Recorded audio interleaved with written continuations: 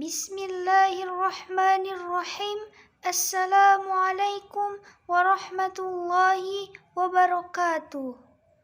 Raditu billahi rabba wa bil islami dina wa bi Muhammadin nabiyya wa rasula. Rabbi zidna ilma warzuqna fahma wa amalan salihah. Awalan hayya bina nashkuru syukran kasiran ilallahi ta'ala alladhi qad a'tana rahmatan wa hidayatan hatta nastati'a an najtami'a fi hadzal makani mubarak. Thaniya salatu wassalaman ala ashrafil anbiya'i sayyidina Muhammad sallallahu alaihi wasallam alladhi qad hamalana minaz zulumati ilan nur aw ila siratillahil mustaqim. Salisan la ansa an ashkura syukran kasiran ilal madrasatu wal ustadu wat tulabu alladhi qad a'tani furdatan saminatan li ahtuba amamakum jami'a bilughatil arabiyyah tahtal mawdu'. Di sini kami dari kelompok 3 sesi 2 ingin mempresentasikan video hasil kerjasama kami pada bab 1 yaitu mengenai kosakata dan qawaid, pada bab 2 yaitu mengenai kosakata dan qawaid, pada bab 3 yaitu keseluruhannya. Saya Nikita Finkan sebagai moderator dan ketua kelompok 3 sesi 2 dan anggota saya yang pertama yaitu Muhammad Rafli Afrilanda Saragi, yang kedua yaitu Muhammad Suryo Pratomo, yang ketiga yaitu Muhammad Dinul Hidayat Harahap, yang keempat yaitu Nazia Ramadhani, yang kelima yaitu Risha Utami. Berikut video presentasi dari kami. Assalamualaikum warahmatullahi wabarakatuh. Saya Nikita Finkan dari kelas 11 MIA 1 nomor absen 29. Di sini saya akan mempresentasikan materi pada bab 1 yaitu kosakata dalam bahasa Arab yang terdapat dalam bab 1 beserta terjemahannya, dan yang kedua adalah penjelasan mengenai qawaid pada bab 1. Yang pertama, saya akan menyebutkan 10 kosakata dalam bahasa Arab yang terdapat dalam bab 1 beserta terjemahannya. Yang pertama, basolun yang artinya bawang merah. Yang kedua adalah tahfidotun yang artinya diskon. Yang ketiga adalah milhun yang artinya garam. Yang keempat adalah bai'un yang artinya penjual. Yang kelima adalah tomatim yang artinya tomat.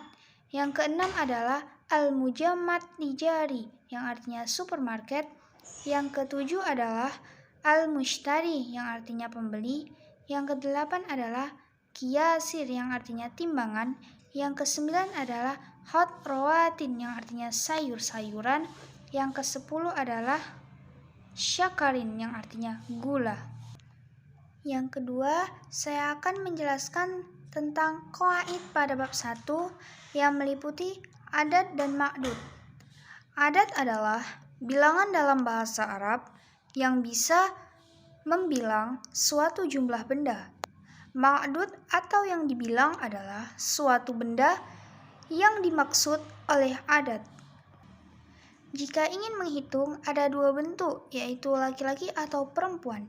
Perbedaan cara menghitung dalam bentuk laki-laki dan perempuan yaitu pada laki-laki tidak menggunakan tata marbutoh, dan pada bentuk laki-laki contohnya adalah wahidun, isnani, salasun, arbaun, khamsun, situn, sabaun, samanin, dan tis'un dan ashrun. Pada perempuan yaitu menggunakan tata marbutoh, dan pada bentuk perempuan memiliki contoh wahidatun, isnatani, salasun, salasatun, arba'atun, khamsatun, sittun, sab'atun, samaniyatun, tis'atun, asyaratun. Dan memiliki keterangan jika angka 11, 21, 31, 41 sampai dengan 91, maka angka 1 jadi atau ahada untuk laki-laki dan ihda untuk perempuan. Yang kedua, jika 11 sampai 19 tidak menggunakan waw. Yang ketiga, jika bilangan genap seperti 30, 40, 50, 60, sampai 90, maka huruf akhirnya ditambah waw dan nun. Yang keempat adalah bila puluhan, yaitu 21, 22, 23, 24, 25, sampai dengan 99, maka menggunakan waw. Contohnya menjadi isnani wa salasun. Ketentuan dalam menghitung. Yang pertama pada bilangan 3 sampai 10, yakni sudah ditentukan ada dan ma'dudnya berupa jamak mazhur atau mudhof ilaih. Yang jika adatnya berupa bilangan 1 sampai 2, maka ma'dud sama dengan adatnya, yakni muzakkar sama dengan muzakkar atau muannas sama dengan muannas. Jika adatnya berupa bilangan 3 sampai 10, maka ada dua ketentuan, yaitu ma'dudnya harus berbentuk jamak majrur atau yang dipakai jar. Yang kedua, bentuk adat dan ma'dud harus berbeda dalam hal muzakkar atau muannas. Yang ketiga, jika ma'dudnya muzakkar, maka adatnya harus muannas, dan jika ma'dudnya muannas, maka adatnya harus muzakkar. Contohnya adalah 3 orang siswa, yang dalam bahasa Arabnya yaitu salah satu tulabin. Yang kedua, dari bilangan 11 sampai 99, yakni sudah ditentukan ada dan ma'dudnya berupa mufrad, mansub atau tamyiz. Yang jika adatnya berupa bilangan 11 sampai 99, maka ma'dudnya berupa mansub atau yang dipakai nasab. Contohnya adalah 11 orang siswa, yang dalam bahasa Arabnya adalah ahada asyara tholiban. Yang ketiga, bilangan 100, yang sudah ditentukan dalam adat dan ma'dudnya berupa mufrad, majrur atau mudhofun ilaih. Contohnya adalah 100 orang siswa, yang dalam bahasa Arab dituliskan mi'atun tholibin. Yang keempat, bilangan 1000, yang sudah tertera adat dan ma'dudnya berupa mufrad, majrur atau mudhofun ilaih. Contohnya adalah 1000 orang siswa, yang dalam bahasa Arabnya yaitu alpun tholibin. Sekian penjelasan singkat saya tentang mufradat pada bab 1 dan penjelasan qawaid pada bab 1. Lebih dan kurangnya saya mohon maaf. Terima kasih. Assalamualaikum warahmatullahi wabarakatuh. Assalamualaikum warahmatullahi wabarakatuh. Nama saya Nazlia Ramadhani dari kelas 11 MIA 1 absen 28 dari kelompok 3. Di sini saya akan membacakan 10 kosakata dari bab 1, lalu menjelaskan sedikit tentang tugas kelompok yang diinstruksikan pada bab 3. Yang pertama, saya menyebutkan kosakata, yaitu ishalu yang artinya diare, rukama yang artinya flu, humma yang artinya demam, habatta yang artinya tablet, sukariya yang artinya diabetes, nazlatu barodo yang artinya masuk angin, mifsyahu al-hararat yang artinya termometer, sodru yang artinya dada, soddau yang artinya sakit kepala, dan yang terakhir duhumma yang artinya lemak. Ada sedikit penjelasan tentang kaidah penggunaan huruf jar dalam susunan jar majrur. Yang pertama, huruf jar tidak bersambung pada fi'il. Yang kedua, huruf jar bersambung pada isim. Dan yang ketiga, isi yang didahului huruf jar maka hukumnya majrur. Selanjutnya saya akan membacakan arti, proporsi, dan simpati yang berikut ini. Ibrahim adalah seorang siswa di sekolah menengah. Dia pergi ke sekolah setiap hari, dan suatu hari dia merasakan meriang pada dirinya. Lalu dia pergi ke rumah sakit dengan menggunakan mobil. Sesampainya di rumah sakit, ia meminta agar dokter segera memeriksanya. Setelah di ruangan, Ibrahim meminta kepada dokter dan bertanya, apakah saya boleh tidur di tempat tidur ini? Lalu dokter dengan baik hati mempersilahkan Ibrahim untuk segera tidur di tempat tidur pasien. Setelah memeriksa Ibrahim beberapa menit, dokter memberikan saran dan memberikan resep. Agar Ibrahim cepat pulih, maka dia harus melakukan step-step berikut ini. Yang pertama, minum obat 3 kali sehari, dan setiap hari harus makan 3 kali dengan teratur, dan juga harus istirahat dengan cukup. Sekian dari saya. Wassalamualaikum warahmatullahi wabarakatuh. Assalamualaikum warahmatullahi wabarakatuh. Perkenalkan, nama saya Muhammad Inul Rahab. Saya akan membacakan atau melafazkan arti pada gambar tersebut, arti bahasa Arab pada gambar tersebut. Baik, langsung saja. Jawajus safaron. Safaron artinya paspor. Tasyiratun artinya visa. Sayaratun naziruhu artinya taksi. Alfunduku artinya hotel. Mauqufun bus artinya halte bus.